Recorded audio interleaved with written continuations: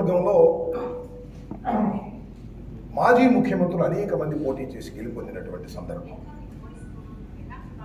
బ్రహ్మానంద రెడ్డి గారు రాష్ట్ర రాజకీయాల్లోనే కాక కేంద్ర రాజకీయాల్లో కూడా కీలక పాత్ర వహించినటువంటి కాసు బ్రహ్మానంద రెడ్డి గారు ఈ నియోజకవర్గం నుంచే ప్రాతినిధ్యం వహించారని మనం చేస్తున్నాను, ఈ పార్లమెంటరీ నియోజకవర్గం నుంచి. అయితే ఆయనే కాదు, రోసయ్య గారు, ఈ రాష్ట్ర ముఖ్యమంత్రిగా చేసినటువంటి రోసయ్య గారు, ఆయన కూడా ఇక్కడి నుంచే ప్రాధాన్యత వహించారని మనం చేస్తున్నాం. నిదురుమల్లి జనార్దన్ రెడ్డి గారు, మాజీ ముఖ్యమంత్రి గారు, ఇక్కడి నుంచే పోటీ చేశారు. అంత ప్రాముఖ్యత సంతరించుకున్నటువంటి నియోజకవర్గం నరసరావుపేట నియోజకవర్గం. అలాంటి నరసరావుపేట నియోజకవర్గాన్ని ఈ రోజున ఒక బీసీ వర్గానికి చెందినటువంటి యువకుడికి జగన్మోహన్ రెడ్డి గారు కేటాయించడం అనేది నిజంగా చాలా సంతోషమని మనం చేస్తున్నా. బీసీ వర్గాల్లో ఒక నూతన ఉత్సాహాన్ని కలిగించినటువంటి ప్రకటనని కూడా ఈ సందర్భంగా నేను మనవి చేస్తున్నా. బీసీలు అంటే బ్యాక్వర్డ్ కమ్యూనిటీ కాదు, బ్యాక్ బోన్ కమ్యూనిటీ అనేటువంటి మాట జగన్మోహన్ రెడ్డి గారు చెబుతున్నారు.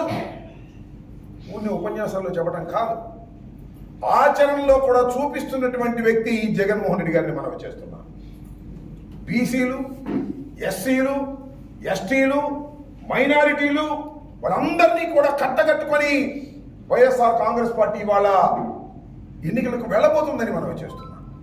ఇంతకుముందు చాలామంది ప్రముఖులు పోటీ చేసినటువంటి ఈ నియోజకవర్గంలో, పోటీ చేసి గెలుపొందినటువంటి ఈ నియోజకవర్గంలో జగన్మోహన్ రెడ్డి గారు తీసుకున్నటువంటి నిర్ణయం ఒక అద్భుతమైనటువంటి నిర్ణయం. నిన్న మేము చూసాం, అన్ని చోట్ల బీసీలు పెద్ద ఎత్తున ఒక పండుగ వాతావరణం లాగా టపాసులు పేర్చుకొని మాకు ఎవ్వరూ ఇవ్వనటువంటి అవకాశాన్ని గౌరవ ముఖ్యమంత్రి జగన్మోహన్ రెడ్డి గారు బీసీలకు ఇచ్చారు అని బీసీలు ఆనందపడుతున్నటువంటి తరుణం.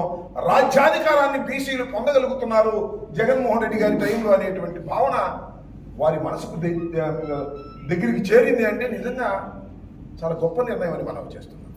అంతేకాదు, బీసీ వర్గాలు జగన్మోహన్ రెడ్డి గారు నిర్ణయించినటువంటి అభ్యర్థిత్వాన్ని కలిసికట్టుగా గెలిపించుకొని ఇక్కడ బీసీ అయితేనే కరెక్టు, బీసీ అయితేనే ఇంత మెజార్టీ వస్తుంది అనేటువంటి మాట ప్రపంచానికి తెలియపరచవలసినటువంటి అవసరం ఉన్నదని మనం చేస్తున్నాం. ఇంతకు ముందు ఎవరెవరైతే నిలబడి మెజార్టీ సాధించి గెలుపొందారో వాళ్ళ మెజార్టీలు దాటినంత మెజార్టీతో ఇవాళ డాక్టర్ అనిల్ యాదవ్ని గెలిపించిన రోజున బీసీలకు ఇవ్వడం వల్ల బీసీ వర్గాలన్నీ అద్భుతంగా పనిచేశాయి.